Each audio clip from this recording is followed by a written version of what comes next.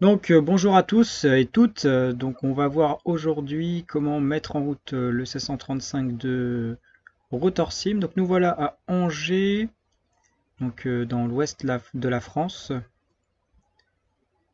au SAMU 49, et on va voir comment démarrer un EC135 P2+, donc la machine d'Angers actuellement, le FHZAP, donc le Fox Alpha Papa, indicatif SAMU 49. On va faire notre prévol. Donc là, on voit que il y a les bonnettes et les caches Pitot. Donc il va falloir retirer ça. Donc les caches, les obturateurs et les bonnettes, on va retirer ça via le configurateur.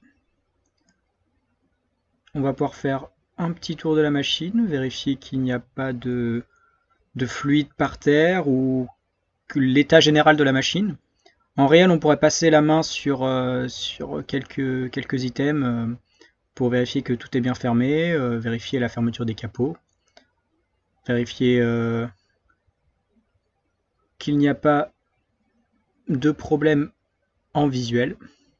Une fois que c'est bon, on pourra rentrer dans le cockpit pour mettre en route. Donc nous voilà à bord de la machine. Donc première chose que l'on fait, comme dans chaque machine, on règle notre siège. Donc ici, juste régler la vue avec les flèches du clavier de façon à avoir le petit repère bien en face de nous. Donc première chose, on va faire les vérifications avant vol. Donc les écrans anti-éblouissement sont en place, à gauche et à droite, c'est bon. Ensuite les disjoncteurs, ils sont tous enfoncés, il n'y en a aucun qui dépasse. Tous les interrupteurs ou les potentiomètres sont sur arrêt ou normal. Donc la seule exception peut être le feu anti-collision, mais là il est sur off, donc c'est bon. Le frein rotor ensuite, il est libre vers l'avant. On peut descendre. Ensuite le chrono, il est à peu près à l'heure, c'est bon. Le stand-by horizon, il est cagé, donc il est bloqué. L'altimètre de secours est à peu près réglé, c'est bon aussi.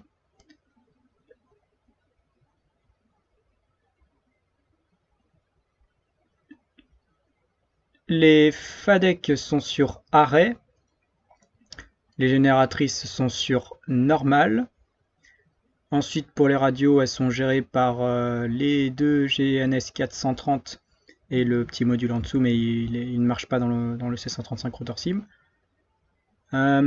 Ensuite, donc les commandes de débit d'air. Donc normalement, il y a la gauche de relevé, la droite de rentrée, mais là, elle ne fonctionne pas ici. Et le RCU, il n'est pas représenté ici. Ensuite, le collectif normalement doit être verrouillé, sinon les accumulateurs vont faire lever le collectif. Les accumulateurs hydrauliques vont faire monter le collectif. Sinon, les poignées sont au neutre, donc sur neutre, donc c'est bon. Les interrupteurs sont sur arrêt et normal. Et ensuite, le cyclique, il est centré. Donc on voit qu'il est centré, on peut l'attacher. Le statique air, il est cagé. Mais là, c'est juste une texture, normalement, c'est un petit bouton. Ok, c'est bon. Ensuite, on va pouvoir mettre la batterie. Donc pour rappel, la batterie, donc l'interrupteur, on le tire, et on le monte, et on le relâche. Donc on vérifie le débattement de l'indicateur trip N2, la version des moteurs, on est bien sûr du moteur Pratt & Whitney. Il n'y a pas d'input fail ou d'engine exceed sur le CAD. On a juste Flea Fail, Horizon Battery, Pitch and Roll SAS Autopilot. Donc c'est bon. On peut acquitter. Donc une fois pour le CAD et une fois pour les sons dans le casque. Ensuite on va pouvoir faire notre Fire Test.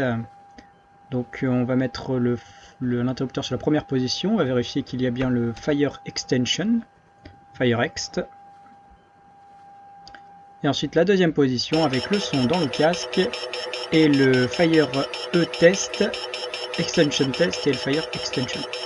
Et normalement, donc on doit avoir sur les emergency off switch, on devrait avoir un Fire. Mais il n'y est pas. Ensuite, la même chose pour le système 2, donc Fire Extension et Fire Extension test avec le son dans le casque. On va faire le test du Warning Unit, donc on vérifie que ça s'allume et qu'il y a le son dans le casque. Ok, c'est bon. Et ensuite on va pouvoir vérifier la version du logiciel sur le CAD et le VEMD. Donc RF 135V5 500FW, la même chose sur le CAD, le VEMD. C'est bon, on remet le bouton au neutre.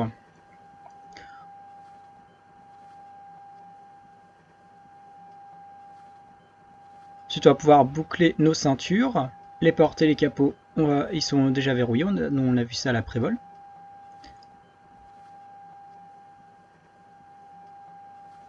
Ensuite, on va pouvoir passer à la procédure de mise en route. Donc, le feu anti-collision sur on. Les pompes de gavage sur on. On attend 15 secondes. On va pouvoir acquitter les prime pompes. Mettre sous tension le FADEC 1. Donc là, il y a un petit bug, c'est soit 6 items, soit 3. Là, on en a 4, donc c'est pas grave. Donc l'autotest du FADEC. On va pouvoir vérifier notre quantité de carburant qui est actuellement de 392 kg. Le voltage du CPDS à 23,9, donc c'est presque bon. Le FLI indique le TOT.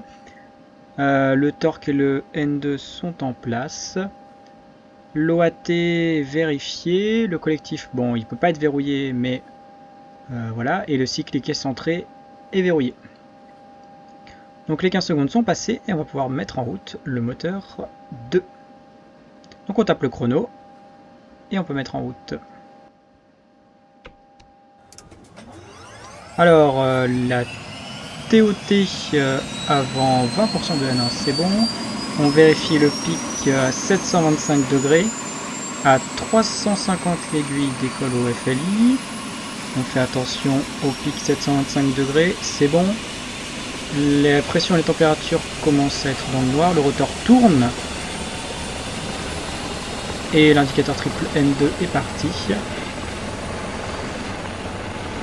Et on est passé de TOT à torque. Nous sommes bien en ralenti sur l'indicateur triple N2 et le starter et c'est éteint. On peut acquitter.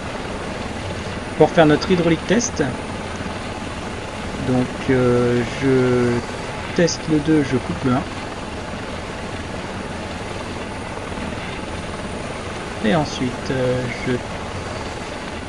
il faut faire bouger les commandes de vol avec des petits mouvements pour vérifier que l'hydraulique fonctionne bien.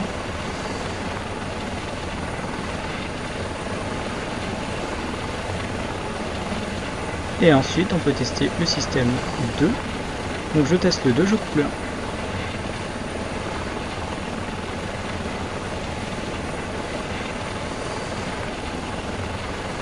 Donc il y a une petite, les palonniers deviennent un peu plus rigides quand on coupe le 2 puisque les palonniers viennent sur le système 2.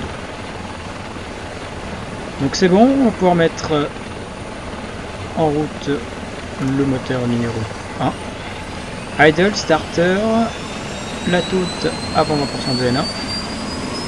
On surveille le pic à 725 degrés, le rotor tourne déjà. Indicateur triple est parti.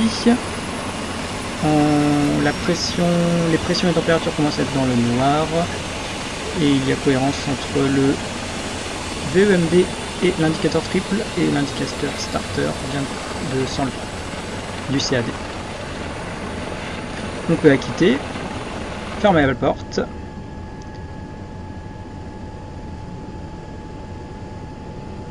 Donc les inverteurs et les Avionics Master sur on.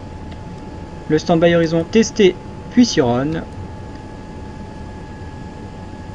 Les pompes de transfert sur on, les pompes de gavage sur off. Le feu de position sur on, le réchauffage pitot sur on.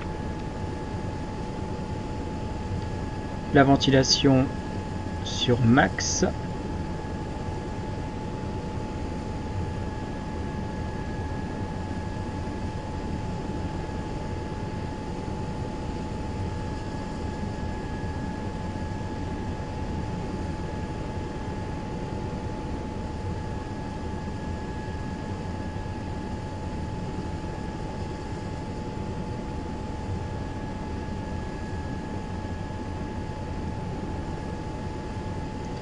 On n'est pas sur un T3, donc la limite de la VNE, on n'en a pas besoin.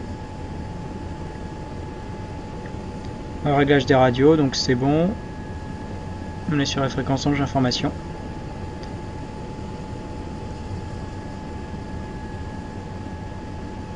Pour mettre le transpondeur sur on.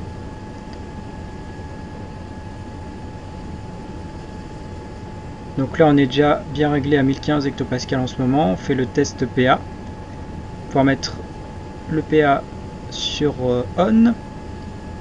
Les deux rectangles verts qui s'éteignent. C'est bon pour le PA. Les sélecteurs triples sur flight. Le warning unit s'éteint.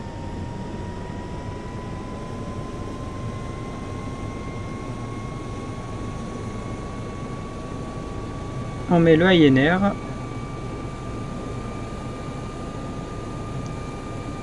On décroche le cyclique.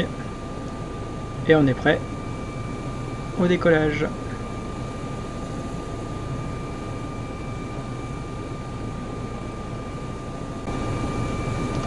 Alors, la procédure de coupure est beaucoup plus simple. Donc premièrement on attache le cyclique. Ensuite on met les deux sélecteurs triples sur idle. On laisse refroidir 30 secondes ou 45 secondes l'huile moteur. On met le standby horizon sur off, les avioniques master sur off, les inverteurs sur off, les réchauffages pitot sur off, la ventilation sur off, si j'y arrive.